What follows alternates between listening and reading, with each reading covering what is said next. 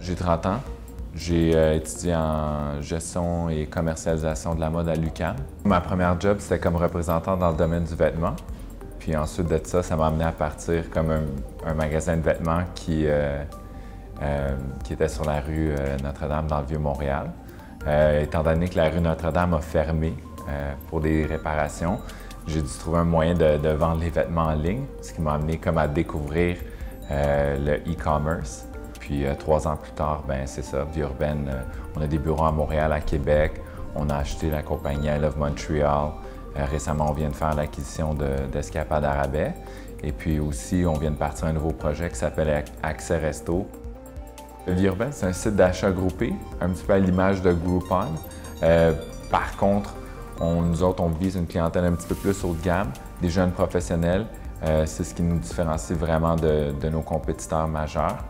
Dans le cas d'Accès Resto, c'est un modèle d'affaires qui est vraiment différent, c'est-à-dire qu'on propose des plages horaires escomptées dans des restaurants où vous pouvez effectuer la réservation en ligne directement.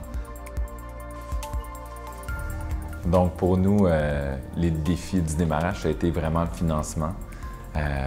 Ensuite de ça, au niveau de la technologie, la plupart des gens que je rencontrais pour du financement justement me disaient que la technologie, c'était extrêmement compliqué et difficile à bâtir. Puis moi, évidemment, je contre-argumentais poliment avec eux en disant que c'était quelque chose d'accessible. Puis effectivement, au niveau technologique, pour nous, ça s'est passé extrêmement bien. C'est sûr que je recommanderais de partir avec la bonne idée dès le début, puis de se dire les vraies choses à soi-même.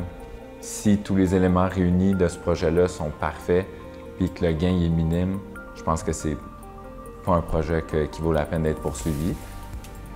Mais la chose dont je suis le plus fier, c'est probablement mon entourage de travail, ça c'est sûr.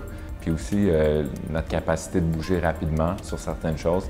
C'est ce qui nous a permis de tenir tête peut-être à d'autres joueurs plus gros qui bougeaient plus lentement.